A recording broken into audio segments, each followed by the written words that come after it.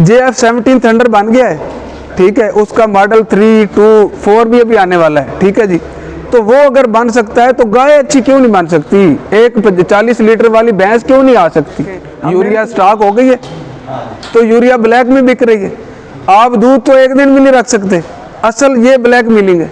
Sir आप millions dollar का खुश्क दूध बाहर से मंगवाते हैं, खुद आप क्यों नहीं बनाते? आप बनाएं। सर खुद तो बनने नहीं देना ना, खुद तो बनने नहीं। बंदे ने पैर से उठाई थी भैंस गाय, तो सारे जनाब 220 जो है ना वो डिसलाइक आ गए थे कि इसको ऐसे नहीं उठाना चाहिए था। टॉक्सिन बाइंडर मिट्टी तक हम ला रहे हैं, हमें यही नहीं पता है कि ये जो टॉक्सिन बाइंडर है ये तो मिट्टी है, और मिट्टी डाल रहे हैं उधर से ला के 400 रुपए केजी।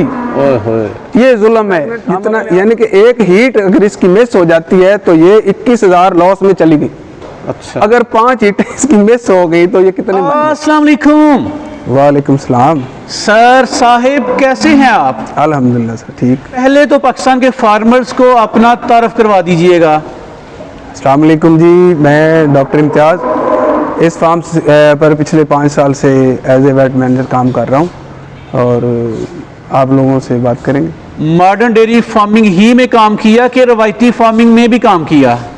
नहीं जी, हर किस्म की डेयरी में काम किया है। पिछले तकरीबन 18-20 साल से मैं अपनी जो है खिदमात सर अंजाम दे रहा हूँ। डॉक्टर साहब, रवायती फार्मिंग और मॉडर्न फार्मिंग में एक बड़ा फ़र्क आपकी नज़र में? सर इसमें जो फ़र्क है ना जी, कि जो गाय अगर 10 लीटर दूध दे रही है तो उसको फैंस की और दूसरे प्रोटोकॉल्स की जितने टूल्स हैं, एसेसरीज़ हैं, उनकी ज़रूरत नहीं है। अदरवाइज़ जैसे जैसे प्रोडक्शन ऊपर आती जाएगी तो उसकी रिक्वायरमेंट में इजाफा होगा, उसको मेंटेन करना थोड़ा मुश्किल काम है। हर वीडियो में बहसीयत एक पाकिस्तानी टच देना लाजमी समझता हूँ कि आपकी साहिवाल की गाय, आपकी नीली रावी की भैंसें, ये डॉक्टर लोग इनसे दूर दूर नजर आते हैं, क्यों? सर ये है ना कि ये मिस मैनेजमेंट है। इसे कहते हैं कि आप लोग हरा हरा देख रहे हैं, ठीक है। अभी मसला ये है कि हम बहसीयत एक कौम मेहनती लोग नहीं हैं। तकलीफ के साथ कह रहा हूँ कि हम लोग मेहनत नहीं करते हैं। हमने जेनेटिक पे कोई काम नहीं किया पिछले 50-70 साल से।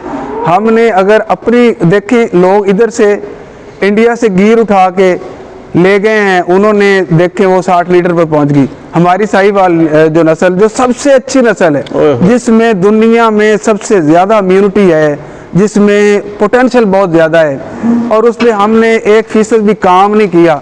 लोग तनख्वाहें लेते हैं सारी ज़िंदगी साहिवाल को प्रमोट करने के लिए, और 1 सिफर बराबर भी काम नहीं किया।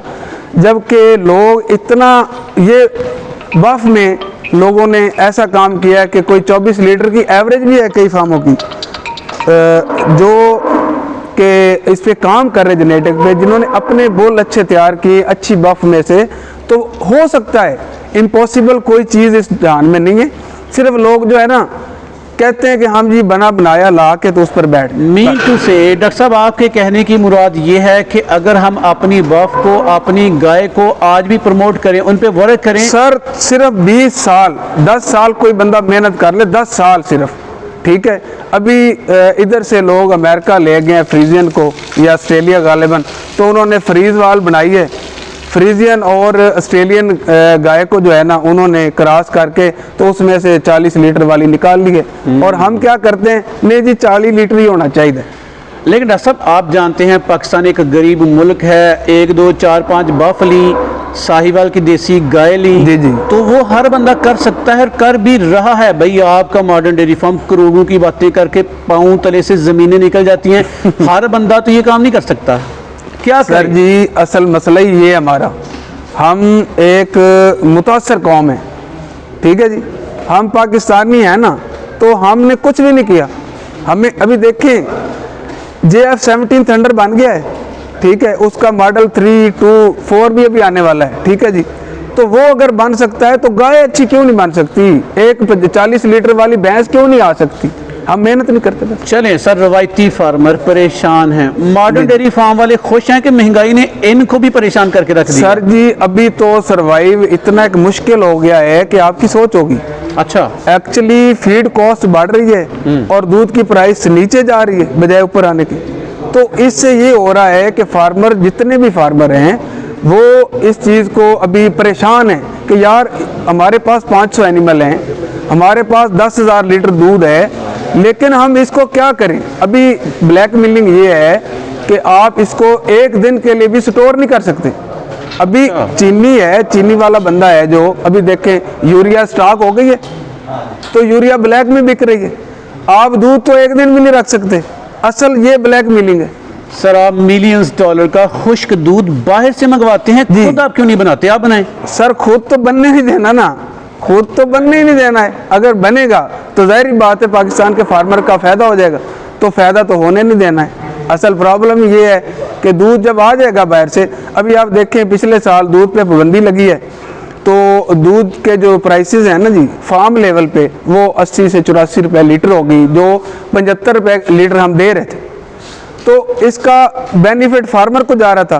तो कुछ लोग हैं जिन्होंने यानी कि दोबारा उसको पुश किया, जैसे फूड कंपनीज हैं, तो वो 80% वो जो पाउडर मिल्क है वो यूज़ कर रहे हैं, ठीक है, और पाकिस्तान में लग रहा है। किसी को पता ही नहीं कि फ्रेश मिल्क के फ़ायदे क्या है, फ्रेश मिल्क क्या चीज़ है। यार ये लोग खुद पे एतमाद नहीं करती है, काम नहीं करना चाह रहे। सर जी कुछ भी नहीं है, हमने भैंसों का दूध पिया है, असल वो वजह है कि हमने कोई रिसर्च नहीं करनी। ठीक है, भैंसों के लवर बड़े हैं डॉक्टर साहब, वो तनकीद करेंगे आपके। आप सर जी बेशक हैं, लेकिन एक्चुअल चीज़ यही है कि हम हमारे अंदर जो है ना, हम क्या करते हैं, हम ब्लेम करते हैं। हमने कोई काम नहीं करना है, हम ब्लेम कर सकते हैं। सारी कौम है ना, एक लफ्ज़ आप किसी भैंस को या गाय को, वो एक बंदे ने पैर से उठाई थी भैंस या गाय, तो सारे जनाब 220 जो है ना वो डिसलाइक आ गए थे कि इसको ऐसे नहीं उठाना चाहिए था, लेकिन उस पर काम हमने किया? कभी भी नहीं किया है। असल तो ये है कि मैं देखूँ ना कि पूरी दुनिया में यहाँ से लोग भैंसें ले जा रहे हैं, 7 लाख की भैंस अमेरिका से लोग आए परचेज करके ले जा रहे हैं। आपकी भैंसें ऐसा हो ना, नहीं ऐसा हो ना, ऐसा कभी हुआ है? लेकिन हम तो उनकी लेके आ रहे हैं ना। अभी देखिए हम गाय लेकर आते हैं, बाईपास फैट उनकी आ गई, सोया आ गया, कनोला उनका आ गया, ठीक है, उसके बाद मिनरल आ रहे हैं, हर चीज़, टॉक्सिन बाइंडर, मिट्टी तक हम ला रहे हैं। हमें यही नहीं पता है कि ये जो टॉक्सिन बाइंडर है ये तो मिट्टी है, और मिट्टी डाल रहे हैं उधर से ला के 400 रुपये केजी। ये जुल्म है, हम अपने आप पर कर रहे हैं। सब बड़ी गहरी दिल की बातें कर रहे हैं। अच्छा, भैंस की फिजिबिलिटी जो फार्मर बनाते हैं वो कहते हैं अगर 1000 का दूध आए तो 500 खर्चा, 500 प्रॉफिट। इस गाय की हॉलिस्टीन फ्रीजियन की एवरेज बताइएगा, और इसकी रोजाना की फिजिबिलिटी क्या बनती है? सर जी फिजिबिलिटी जो है ना, वो जो फार्मर बनाता है ना, वो सारी गलत है। फिजिबिलिटी ये है कि इस गाय का साल के बाद बच्चा बच जाता है। अच्छा, सिर्फ प्रॉफिट है? कोई प्रॉफिट नहीं है इसमें, चाहे आप 5000 रख लें, ठीक है जी, आपको बच्चा बच जाए, आप अल्लाह का शुक्र अदा करें, आप प्रॉफिट में हैं। कि आपके एसिड बन रहे हैं। अगर आप कहें कि आपने 4 करोड़ लगा दिया, दूसरे दिन आपकी जेब में आ जाए, तो ये गलत बात है। लेकिन सर डॉक्टर साहब 31 लीटर आपके फार्म की एवरेज है। 31 लीटर अगर ये गाय दूध देगी तो ये 31 लीटर का खर्चा तो नहीं करवाएगी? सर देखिए, जब इसने ड्राई होना है, 2 महीने इसने ड्राई होना है। अगर ये लेट प्रेग्नेंट जितना, यानी कि एक हीट अगर इसकी मिस हो जाती है तो ये 21,000 लॉस में चली गई। अच्छा, अगर 5 हीट इसकी मिस हो गई तो ये कितने बन गए? आपने तो बैलेंस कर दिया हर चीज। सर जी ये देखें, फार्मर जो है उसने कहना ज़मीन अपनी है, उसने उसका ठेका उसने नहीं डालना, खाद और ट्रैक्टर की वाई के पैसे उसने नहीं डालने, पानी का जो टर्बाइन चलानी उसने पैसे, हत्ता के फार्मर हमारा इतना बेचारा वो मासूम है, उसने अपनी दिहाड़ी भी उसमें नहीं डालनी। नहीं तो फार्मर क्यों किए जा रहे हैं फिर ये काम? एक एग्रेरियन मुल्क होने के नाते हमें ये करना पड़ता है, और क्या काम करें बताएं आप। इंडस्ट्री तो सारी तबाह हो गई है, टेक्सटाइल तबाह हो गई है। अभी कोई खान साहब ने इस पे काम शुरू किया है, तो अभी लोगों की रोटी रोजी अल्हम्दुलिल्लाह कुछ चल पड़ी है।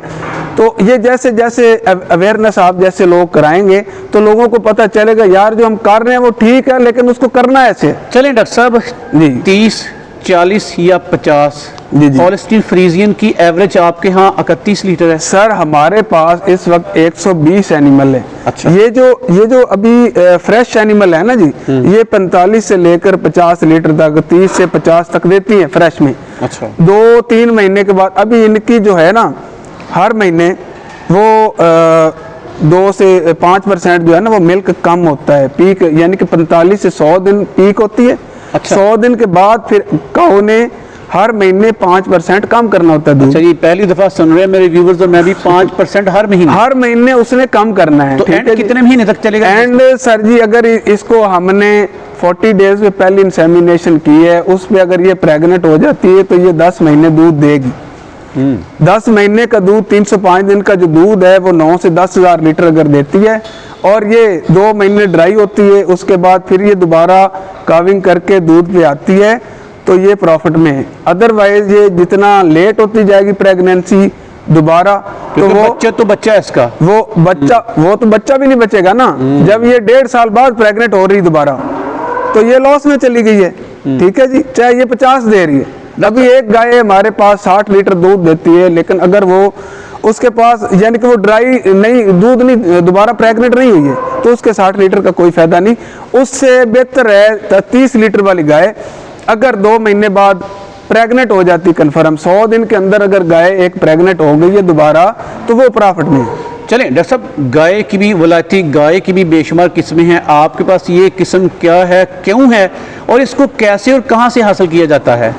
सर ये हमने तो ऑस्ट्रेलियन होलिस्टिन है, प्योर फ्रीजन, तो ये हमने ऑस्ट्रेलिया से इंपोर्ट की है, और हमारे पास एक ब्रीड है, और एक ब्रीड का ये होता है कि आपको मैनेज करना ज़रा आसान होता है। अच्छा जी जी, मैंने देखा है जर्सी भी लोग रख लेते हैं, कोई और पीस भी मिक्स कर लेते हैं, आप एक ही ब्रीड पे एक हामी है? हाँ जी, अभी हमारे पास एक ही ब्रीड है, लेकिन अल्हम्दुलिल्लाह हमारा फार्म प्रॉफिट में जा रहा है। हम इसकी मैनेजमेंट कर रहे हैं। हमारी जो टीएस होते हैं, लैक्टोज होते हैं दूध में, जिस पे हमारा दूध जाता है, किस फैट और एलआर पे दे रहे हैं आप? जी जी जी, किस रेट पे?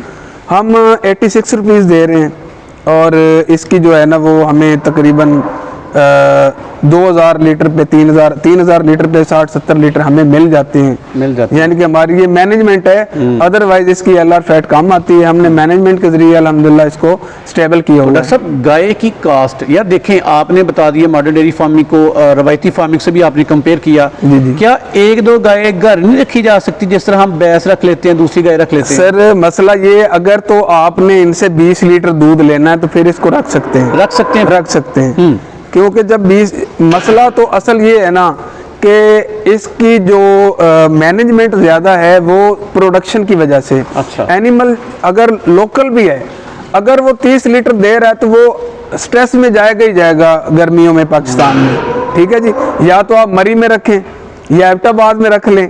ठीक है जी, ये मरी और एबटाबाद के लोगों में डॉक्टर साहब फ्री में बिजनेस है। हाँ जी, फ्री में बिजनेस है, लेकिन उनको पता ही नहीं। लेकिन वहाँ चारा भी कैसे जाएगा सब, साइलेज कैसे जाएगा वो? सर वहाँ पे लोग चला रहे हैं तो वो काफ़ी ज़्यादा प्रॉफिट में है, क्योंकि वहाँ पे मौसम की स्ट्रेस नहीं आती। डॉक्टर साहब, दिल कर रहा है गुफ्तगू का सिलसिला जारी रखूं, लेकिन वीडियो का साइज भी पूरा हुआ चाहता है। दिल की पुकार, दिल की आवाज़ फार्मर को बताना चाहें, सुनाना चाहें तो कोई मशवरा दीजिएगा। सर जी, मसला असल यही है, जो छोटा फार्मर है तो उसको चाहिए कि जो बड़ी ज़्यादा प्रोडक्टिव गायें हैं वो ना रखें, अपनी जो साहिवाल की नस्ल है उसको प्रमोट करें। अगर ये, क्योंकि ये नायाब नस्ल है हमारे पास जो है ना, इसका मिल्क A2A2 है, हमें नहीं पता A2A2 क्या बला है। ठीक है जी, ये जो हमारे पास गायें अक्सर जो बाहर से आती हैं, इनका दूध A1 A2 है।